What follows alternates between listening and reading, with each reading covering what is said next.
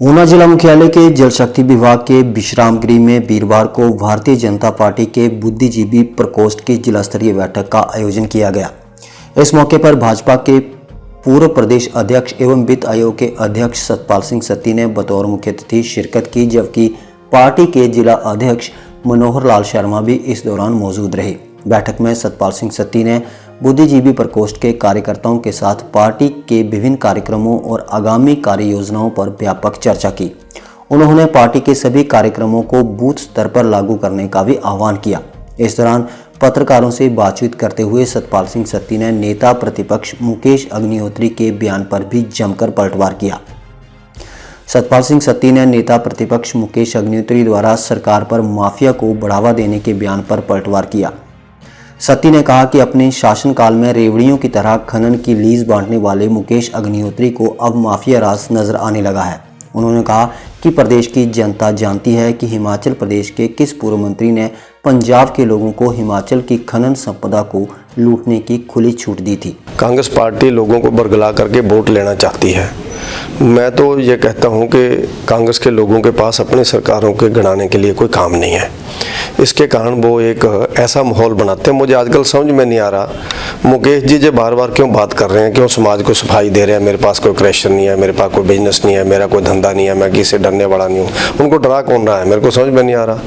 हमारी गवर्नमेंट ने उनको विपक्ष का नेता उस समय बनाया जब उनके पास विधायक भी नहीं थे।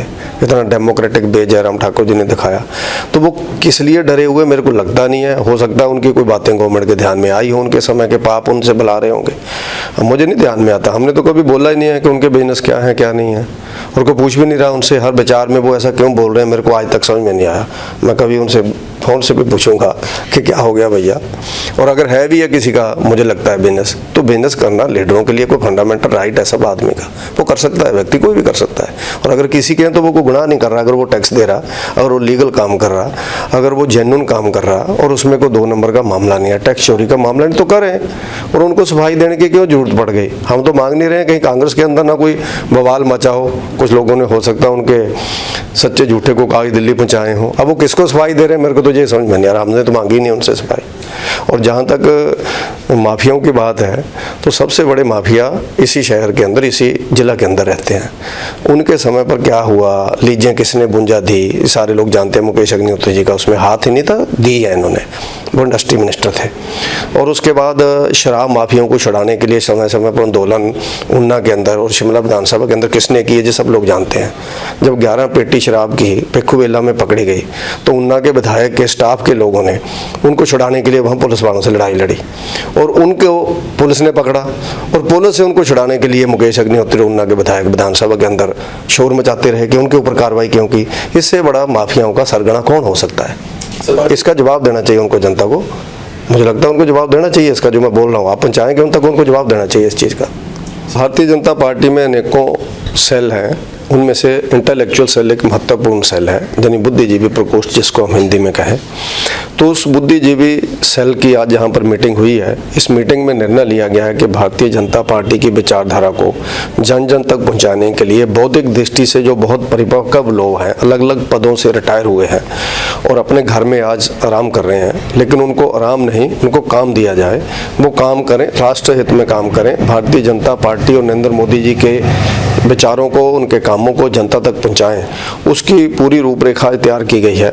और आने वाले समय में बुद्धिजीवी सेल भारतीय जनता पार्टी हर मंडल में अपनी कार्यकारिणी का गठन करेगा और हर बूथ के ऊपर जाकर के 4-5 बौद्धिक दृष्टि से जो परिपक्व व्यक्ति हैं और उनको पार्टी से जोड़ेगा, ताकि गांव के अंदर, शहर के अंदर जो भी बातचीत हो उसमें अपने पक्ष को रखा जाए। हिमाचल दस्तक वेब टीवी के लिए ऊना से चंद्रमोहन चौहान।